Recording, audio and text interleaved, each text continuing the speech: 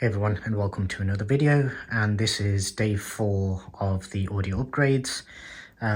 Once again, not actually day 4, but this is the 4th update, and it's basically the progress that was made on the 4th day of work, if you like. When we left it off last, I'd started doing some of the acoustic treatments yesterday, which was when the rest of, well, some of the acoustic panels actually arrived. I've gone and completed this wall, so we've basically gone with a sort of pyramid design in this corner. I was considering actually doing at least 3 rows, but I didn't want to actually use all of the panels that I received just in this one section. As it turns out, I did get a bit carried away, and I probably will need to order some more just to do some of the bits of the room that aren't quite done yet. On this wall, so just get that to stop flashing. So as you can see, similar things, so I had enough to be able to go right to the top. That has actually helped with the screen quite a bit as well, so it actually kills a lot of the reflections that come from the window, and also reflections that actually bounce off the other surfaces and then bounce back onto the screen, just washing it out a little. Obviously it's only a minute difference, but when it comes to something like this where you're going through all of this effort, the more you can improve the screen, obviously the better it is. So on this side, as you can see, it's gone right up to the top, and then we've run all the way down, and I didn't go below that level. So that's basically as low as I'm taking it. What I may do, because obviously I've got to do all my ducting for, well, the conduits for all of the cables. So I'm going to run some ducting all the way around, and that'll be the same thing on pretty much all sides. So obviously all of these, it's already cable tied down to there. I'll show you that in a second. Similar with that one. So I'm leaving space at the bottom intentionally, because I will need that in order to tidy up all the cables once everything's in the position where they're meant to go. But for now, this is how it remains. We'll get on to whether it's made a difference or not a little later on. Speakers, so the only update that I've done on these is I have wrapped these in just some cable wrap, so some black cable wrap. So before they would have been basically the same as that. So obviously, as you can see, it stands out quite a bit. Now, one thing that I said that I was going to do was, originally I had some conduit just there, so it was actually hiding these cables, and I was thinking I was going to do another one there. But one thing that I've actually thought of that I didn't really consider was, in order to get these speakers off, you have to lift them about roughly an inch, maybe half an inch to an inch. So if I was to put any sort of conduit there, then I won't be able to get the center speaker off if I needed to. So because of that, I'll probably just end up using some of that stuff, or just tie these together, because at the end of the day, they're literally just 2 tiny little cables. So I may just tidy them up in the sense that get them to be straight, because it would bug me if they're dangling off to the side like that. On these, as you can see, I literally just used some of the conduit that I had previously. None of this stuff has actually been touched, so all of these cables, everything, there's a lot of excess, because I left enough to where I can move that to either side and the cables will still reach from all sides. Hence why it's such a jumble of mess at the moment. I did have one little issue with the sub, and that was the cable that I've actually got going to it. I think it must have been touching some of the terminal or something, and it was actually sending a weird kind of noise essentially through the sub. So basically nothing was playing at the time, and there was a rumble coming from the sub. Now initially, because the neighbors are doing work, I actually assumed it was next door, but as it turned out, I put my ear next to it and it was actually the sub making the sound. I basically just shut the whole thing down, disconnected all the cables, reconnected them, and that seems to have been resolved. So as you can see, I have got a replacement cable for the sub anyway.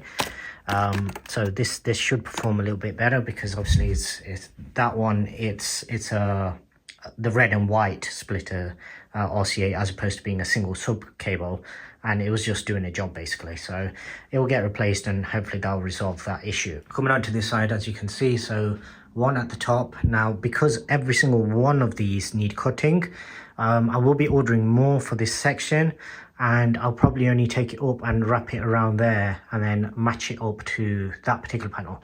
Now, one other thing to note is, I did mention in the previous video that I've opted to actually keep each panel straight rather than just matching up, because basically if I just match up, then eventually, because they're all twisted, because the walls aren't perfectly flat, you end up in a situation where they're not straight anymore, so it'll go like that and then it'll dip down. So I opted to actually for all of these original ones, I opted to actually keep each panel perfectly level, and I was using a spirit level on every single panel in order to do that. Later on, when I actually got to the back wall, I actually changed it on the top row and just went to actually match up, because those ones actually, they met up a little bit better. Side speaker, still nothing done with that. I will get to that eventually. I've simply not had time to get to as they call it in America, the hard west, or here it's mainly B&Q and places like that, in order to get any type of idea in terms of how I want to mount it.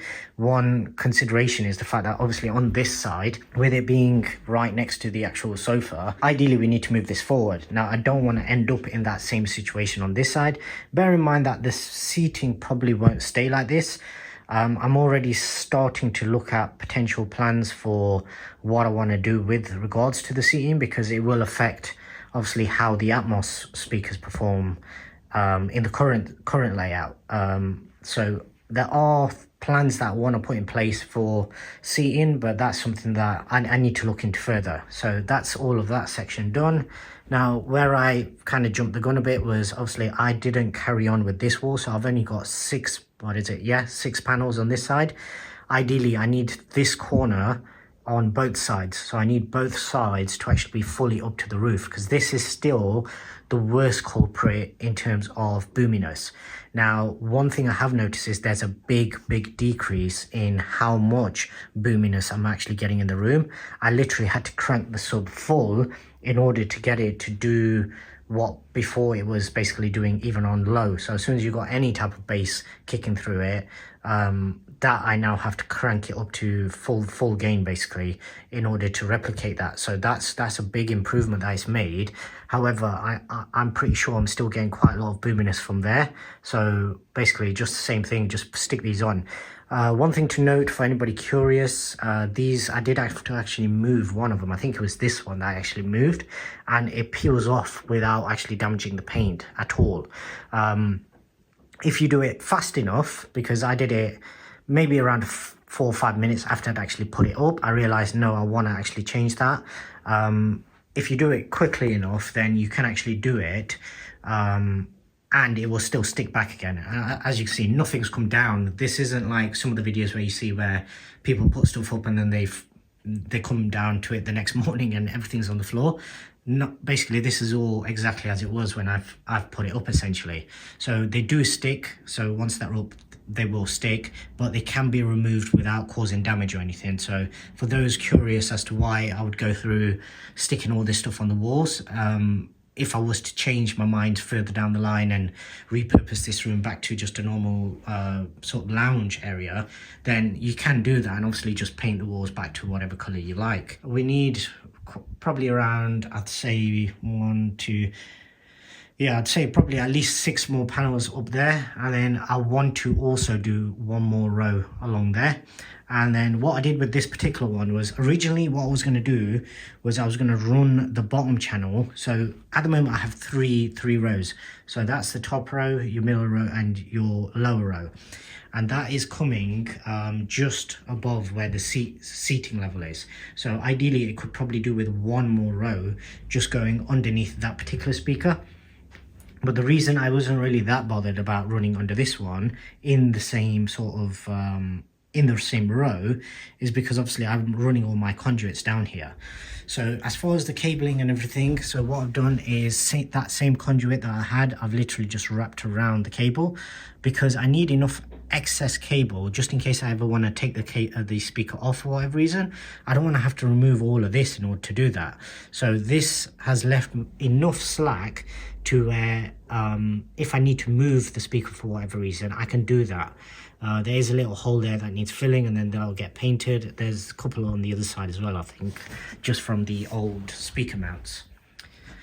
And similar thing on this side. So this, all I've done is I've just repurposed some of the conduits that I had left over. So it doesn't match perfectly, because obviously previously that one was round and this is just rectangle, normal kind of conduit that you get from most hardware stores, as they say. And then once again I've left some excess cable and then just wrapped it round.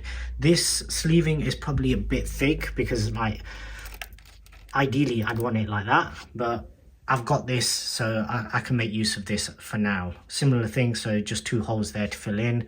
I'll probably get to that at some point. So the plan for this side right now is I'm going to run that top set all the way across. I'll run another set along the top, and then depending on how it actually works out running along the bottom, I may run a few, and I reckon I can probably get 1 here. So if I was to run them across and just follow it through, I think 1 should actually line up there quite nicely. The other option would be to actually start on this side, so maybe start at the level of there and then bring it down and then go across and then just fill it in as in how I need to. This one I did actually put sideways because basically there is nothing else that will fit here, and the top set can actually just continue straight on, and it'll probably just stick out a bit further. So I wasn't really going for any particular sort of symmetrical design on this. It was mainly just to actually improve the audio on that side, and for me, in the room, I think it's made a big difference. For this one, I was initially going to start actually doing it around it, but I'm thinking I might wait until I've decided what I'm doing with the rest of the room, and also depending on whether I actually bring all of these up and straight across, or do it just 3 tiles going up. But yeah, that's definitely made a difference in terms of the picture as well as the audio as well. That's where we're at the moment. There are some other things that I have planned. I have sort of put it on the back burner for a little while at least, because basically for the next, I'd say at least 5 days, I've got a lot of other things that I need to be doing. I have also got some IKEA sets coming for everything that's contained within this cupboard here, and then that will get relocated. So the actual unit itself is just going to get moved into another room, but it's not going to be reused for the purpose it was being used for right now. So I've already ordered some of the stuff, so this room's going to go on hold for a little while, and basically I'm just going to give it a chance to get everything cleared out as it is. I'm going to rerun Audyssey and then basically enjoy the room for a little while as it is, and then I'll take it from there. I'll decide. Some of this will literally just be a sort of cosmetic decision. So if I want to actually make it just come straight up rather than having the sort of, as my daughter called it, the pyramid steps, it's one of those where you can't just spend all your time and all your money on the one room. I think I've made quite a lot of work that's already completed. Also, before I continue doing anything else, I'm desperately trying to get the Atmos speakers done. Basically, the person that's supposed to be helping me with that, I have to work around their schedule. Obviously, they work full time, so this is going to be a favor to me. So basically, I don't want to put it on them as to when I need them to come and do it or assist me with it.